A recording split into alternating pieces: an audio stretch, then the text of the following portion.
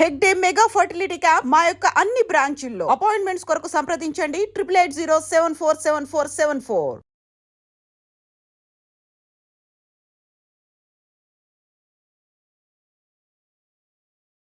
పెహల్గాం ఉగ్ర దాడి తర్వాత ఎట్లాంటి పరిస్థితులు ఉన్నాయో మనందరికీ తెలిసిందే. అట్లాగే కేంద్రం కూడా ఒక కీలక నిర్ణయం తీసుకుంది. అదేంటి అంటే పాకిస్తాన్కి సంబంధించిన పౌరులు ఎవరున్నా సరే, ఏ వీసా ఉన్నా సరే ఖచ్చితంగా మీరు పాకిస్తాన్కి వెళ్ళిపోవాల్సిందే. 48 గంటలు గడువు విధించింది. ఆల్మోస్ట్ 29వ తారీఖున ఆ గడువు కూడా అయిపోయింది. పాకిస్తాన్కి సంబంధించిన వాళ్ళు అందరూ వెళ్ళిపోవాలి అన్నారు. సో వెళ్ళిపోయిన వాళ్ళు వెళ్ళిపోయారు. ఇప్పుడు ఎవరైతే వెళ్ళలేదో వాళ్ళ కోసం పూర్తిగా గాలిస్తున్న పరిస్థితి. అట్లాగే వీళ్ళ మీద ఇట్లా లీగల్ యాక్షన్ ఏం తీసుకోవాలి అనేది కూడా కొంత ఆలోచన చేస్తున్నటువంటి టైంలో ఇప్పుడు ఒక పాకిస్తాన్ మహిళను రహస్యంగా పెళ్లి చేసుకున్నాడు. అట్లాగే వీసా గడువు ముగిసినా కూడా ఆమెని ఇక్కడే ఉంచిండు మన సిఆర్పిఎఫ్ జవాని. ఆయన పేరు వచ్చేసి మునీర్ అహ్మద్. సో ఇక మొన్ననే గడువు అయిపోయింది. ఏది ఏమైనా సరే వెళ్ళిపోవాలని చెప్పినప్పటికీ కూడా ఇప్పుడు ఆమెని ఇక్కడే ఉంచాడు. కాబట్టి ఇప్పుడు ఆ సిఆర్పిఎఫ్ జవాన్ని ఉద్యోగం నుంచి తొలగించారు. అయితే గత ఏడాది పెళ్లి కంటే ముందు కూడా నేను హెడ్ క్వార్టర్స్ అందరి అనుమతి తీసుకున్న తర్వాతనే పెళ్ళయింది.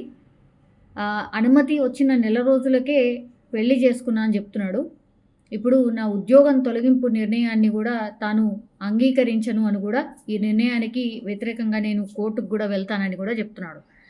అయితే ఇప్పుడు మొదట్లో ఈ మీడియా ద్వారా నాకు ఈ విషయం తెలిసింది.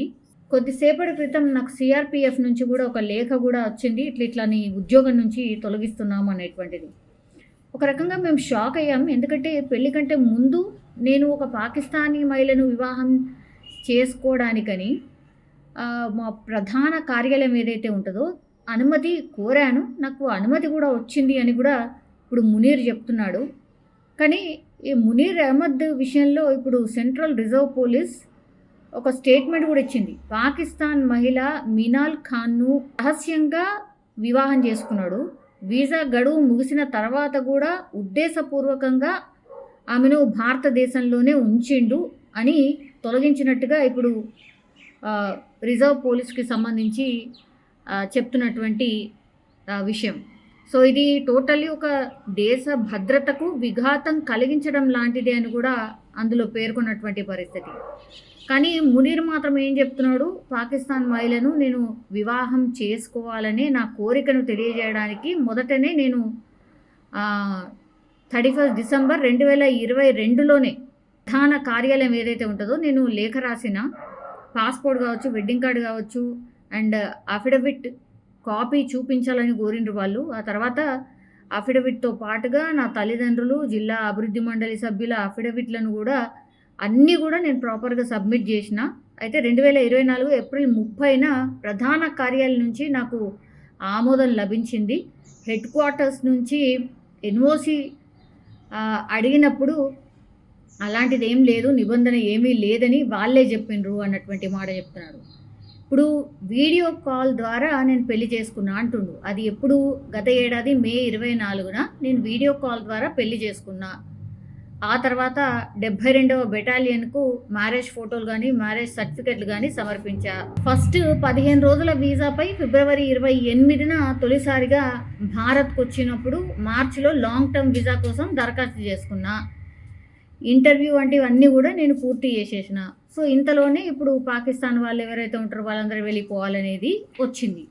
ఇప్పుడు నా పరిస్థితి ఏంటి అనేది ఒకటి. ఆ తర్వాత నేను కోర్టుకు వెళ్ళబోతున్నా. ఎందుకంటే జమ్మూ కాశ్మీర్ హైకోర్టు బుధవారం తన భార్య బహిష్కరణపై స్టే విధించడం ద్వారా ఆమెకు ఉపశమనం కలిగించిందని కూడా ఆయన చెప్తున్నాడు. ఈ నిర్ణయంతో తాను సంతృప్తి చెందలేదు. మరికొద్ది రోజుల్లో కోర్టుకు వెళ్తాను, అక్కడ తనకు న్యాయం జరుగుతుందని ఆశిస్తున్నట్టు మునీర్ చెప్తూ ఉన్నాడు. సో పెహల్గాంలో ఉగ్రదాడి తర్వాత ఇప్పుడు పాకిస్తాన్ పౌరులు దేశం విడిచి వెళ్ళిపోవాలి. ప్రభుత్వం అయితే క్లియర్ కట్ ఆదేశాలు ఇచ్చింది. ఇప్పుడు మినాల్ ఖాన్ కావచ్చు, మునీర్ల ఈ ప్రేమ వివాహం ఇప్పుడు వెలుగులోకి వచ్చింది కాబట్టి మరి ఆయనని తొలగించడం అయితే జరిగింది. ఇప్పుడు నెక్స్ట్ ఆయన కోర్టుకి వెళ్తా అంటుండు. మరి కోర్టు అయినా సరే అదే చెప్తుందేమో, అవును కేంద్ర సర్కార్ తీసుకున్నటువంటి నిర్ణయం ఖచ్చితంగా మీరు పంపించాల్సింది, ఆ తర్వాత ఫైట్ చేయాల్సింది అంటుందా, లేకపోతే ఇంకేమంటుందా చూడాల్సిందే. బట్ ఇప్పుడు సిఆర్పిఎఫ్ జవాన్ ఒక పాకిస్తాన్ మహిళను మ్యారేజ్ చేసుకోవడం, ఆ తర్వాత నిబంధనలకు విరుద్ధంగా ఆమెను ఇక్కడే ఉంచడం, ఇప్పుడు ఆయన మీద చర్య తీసుకున్నారు. ఆయన ఉద్యోగాన్ని తొలగించడం అయితే జరిగింది. నిజంగా ప్రస్తుతం ఉన్నటువంటి సమాజం దేనికి ప్రయారిటీ ఇస్తుంది? ఆర్థిక సంబంధాల చుట్టూ మాత్రమే తిరుగుతోంది. మళ్ళీ ఎన్నికలంగానే చాలా విరక్తి కలుగుతున్నాం. మంచి అనిపిస్తుంది కదా, లేడీస్ కూడా ఛాలెంజింగ్ జాబ్స్ చేసినప్పుడు చాలా బాగుంటది. ట్రాఫిక్ అసిస్టెంట్స్ గా నియమించిన ట్రాన్స్జెండర్స్ అందరితో సాల్యూట్ చేయించుకుంటున్నారు. ఫుడ్ డెలివరీ ఇవ్వటానికి వెళ్ళినటువంటి డెలివరీ బాయ్ అనిల్ పై కళ్ళ ముందు పెళ్ళండి